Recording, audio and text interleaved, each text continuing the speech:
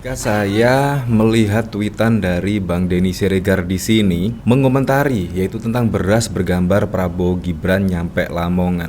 Kurang ajar, belum apa-apa rakyat sudah disogok, ketahuan Prabowo Gibran bagi-bagi beras, bukti nyata foto terpampang nyata di karungnya, Bawaslu Berang masuk pasal pidana.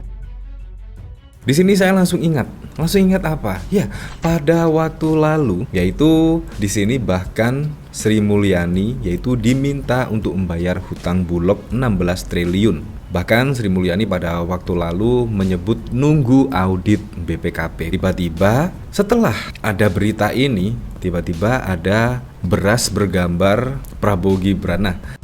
Halo, selamat datang di channel Redaksi Jurnal bersama JJ.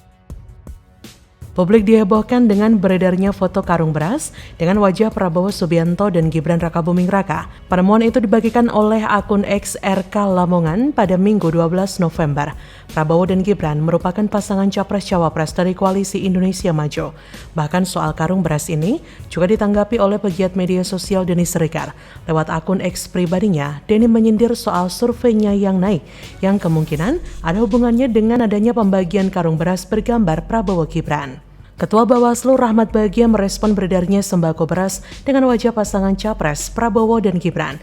Menurutnya, pembagian sembako tersebut termasuk pidana pemilu jika dilakukan di saat masa kampanye. Dalam Undang-Undang Pemilu Pasal 280, ditegaskan bahwa peserta dan tim kampanye dilarang menjanjikan atau memberikan uang atau materi lainnya kepada masyarakat. Selanjutnya dalam Pasal 284, jika terbukti melakukan pelanggaran, maka dapat dikenai sanksi. Saat ini Bawaslu pun akan turun tangan dengan menelusuri dugaan kampanye gelap berupa pembagian sembako tersebut. Ketua Divisi Penanganan Pelanggaran Data dan Informasi Bawaslu Puwadi mengatakan lembaganya akan mencari tahu kebenaran informasi tersebut. Bawaslu akan menginformasikan hasil temuan pembagian sembako bergambar Prabowo Gibran. Tak ada yang mempermasalahkan jika memang mau memberikan bantuan atau bersedekah, tapi tidak dengan cara seperti itu. Menurut saya, memang jelas itu kampanye terselubung. Begitulah bila memasuki masa kampanye, biasanya para capres-cawapres lebih aktif merayu warga. Ada yang mengadakan lomba bola voli di setiap rukun warga. Hadiahnya ditanggung semuanya oleh calon-calon tersebut. Selama beberapa hari di setiap RW ramai dan heboh karena setiap sore ada pertandingan bola voli. Mulai dari ibu-ibu, anak-anak dan remaja membuat suasana riang gembira. Tak lupa poster besar terpasang di pinggir jalan. Foto besar caleg sebagai sponsor utama terpampang jelas. Cara ini memang membutuhkan dana besar, tapi sepertinya cukup berhasil karena banyak warga yang lebih mengenal caleg tersebut. Untuk level capres-cawapres lebih mewah lagi. Pada hari libur, capres-cawapres ini melaksanakan lomba jalan sehat dengan hadiah utama sepeda motor, kemudian kulkas, televisi, dan lain-lain. Hal ini dilaksanakan di banyak desa atau kelurahan sehingga namanya semakin dikenal. Ada juga loh yang membagikan sekarung besar beras, dipenuhi gambar capres-cawapres agar lebih bisa dikenal. Tak terbayang berapa dana yang habis, tak terbayang pula bila gagal. Bisa stres ya? Belum lagi jika itu melanggar aturan, bisa edan. Kesimpulan saya, ini kemungkinan memang kampanye terselubung. Hanya saja cara ini sangat-sangat tidak etis. Bahwa politisnya sangat terasa, sungguh terlalu. Apakah tidak ada cara lain yang lebih elegan untuk mempromosikan seorang tokoh? Tak perlu berpikir keras siapa dalang di balik semua ini. Yang pasti dari kubu Prabowo Gibran. Dan ini sangat-sangat tidak etis. Kalau ini kampanye terselubung, maka ini adalah cara khas yang sering dipakai kelompok sebelah dalam berpolitik. Ini seperti melempar jaring ke laut secara membabi buta. Ikan apapun yang didapat tidak masalah, yang penting dapat ikan. Ini seperti menjual nama Prabowo Gibran dengan berbagai cara dan jalur. Yang penting semua orang tahu nama Prabowo Gibran, baik langsung ataupun terselubung. Yang penting namanya menggaung kemana-mana. Kalau mereka benar menggunakan cara seperti itu, maka bersiaplah menyongsong tahun politik dengan suhu yang paling ganas sepanjang sejarah. Belum apa-apa, kok sudah disogok rakyatnya. Bagaimana menurut Anda? Silakan tulis komen Anda di kolom komentar.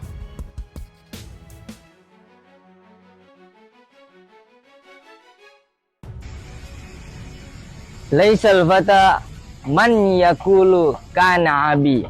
Pemuda yang sejati itu tidak berkata, ini ayahku. Inna fata man yakulu ha anada. Pemuda yang sejati itu berkata, inilah aku. Telak, Santri milenial sindir anak Jokowi bangga diketiak orang tua, ternyata munafik. Jadi, kalau ente masih berlindung di ketek orang tua ente nggak usah ngaku-ngaku jadi anak muda yang mandiri. Payah ente. Bertanya-tanya gitu ya, kenapa PSI jadi gak naik ya suaranya? Padahal Kaisang kan udah jadi ketua umum partai gitu ya. Kalau kita ngelihat balihonya, wah itu merata di sepanjang jalan. Kalau kalian datang ke Jawa Timur, Jawa Tengah, Jawa Barat juga gitu. Itu sepanjang jalan tuh balihonya Kaisang. Ada juga Gibran sih, tapi habis itu Kaisang lagi gitu. Halo, selamat datang di channel Redaksi Jurnal bersama JJ. Seorang santri milenial menyindir anak Presiden Joko Widodo yang bangga diketiak orang tua tanpa rasa malu. Santri itu menyebut anak Jokowi payah dengan poster besar Kaisang di belakangnya. Pemuda sejati itu, kata santri milenial, akan berkata, "Inilah aku, bukan bangga, ini ayahku." Santri milenial merasa muak lalu memberikan sindiran, bangga ngaku anak muda mandiri tapi berlindung di ketiak Jokowi. Menurut santri milenial, Kaisang dan Gibran tidak punya malu. Mereka bukan anak muda sejati, tak punya rasa bangga karena berlindung di ketiak orang tua. Saat ini, kalangan anak muda, santri milenial dan generasi Z mulai berani buka suara. Mereka mengkritik kelakuan anak Jokowi tanpa malu dan rakus kekuasaan. Mereka jijik melihat Kaisang dan Gibran mengumbar sifat rakus tanpa malu, bangga disaksikan jutaan anak muda Indonesia. Kan ada yang namanya proses, selangkah demi selangkah.